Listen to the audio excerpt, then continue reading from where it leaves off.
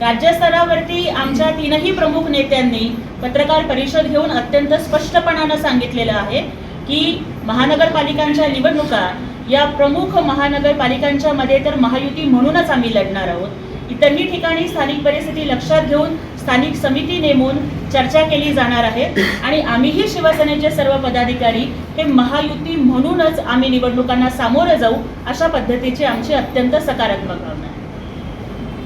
Madam, तुम्हाला पक्षाची जर विचारणा झाली की तुम्ही आपण इथं स्वतंत्र लढू शकतो का, शहरामध्ये आपण स्वतंत्र लढू शकतो का? म्हणजे तुम्ही म्हणले की प्रत्येक शहरामध्ये विविध ठिकाणी वेगळ्या वेगळ्या युती होईल किंवा नाही होईल हे तुम्ही म्हटले जातात की सोलापूर शहरामध्ये आम्ही स्वतंत्र लढू शकतो असं पक्षाला तुम्ही कळवणार आहेत का? आणि तुमची ताकद काय असणार आहे? मी तुम्हाला एक या ठिकाणी मला सांगावंसं वाटतंय की शिवसेना हा कधीही निवडणुकांच्या साठी अलर्ट होणारा पक्ष नाहीये। 20% फक्त राजकारण आणि 80% समाजकारण हा शिवसेनेचा मंत्र आहे आणि तोच विचार ठेवून आम्ही सगळेजण काम करतोय।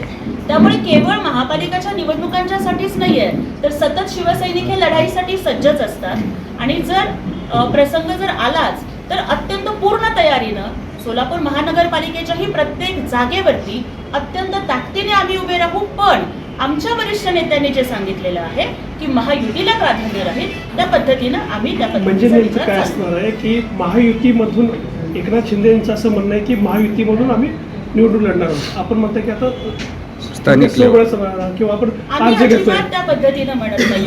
प्रश्न त्या पद्धतीचा विचारला गेला। समोरून प्रश्न पत्रकार बांधवांनी आम्हाला असा विचारला की आपण पक्षाला कळवणार आहात का की जर प्रसंग पडला तर म्हणजे तयारी करताना आपण युद्धाची तयारी ही पूर्णपणे लढायचीच कधीही करत असतो। पण नेमकी स्ट्रॅटेजी कशी असणार की जसं समजा महायुती होणार का स्वबळ होणार? कारण ऑलरेडी कधी कधी असं होतं की जिल्हा प्रमुख म्हणतात किंवा बाकीचे नेते म्हणतात की आम्ही स्वबळावर निवडणूक लढू, आम्ही सक्षम आहोत।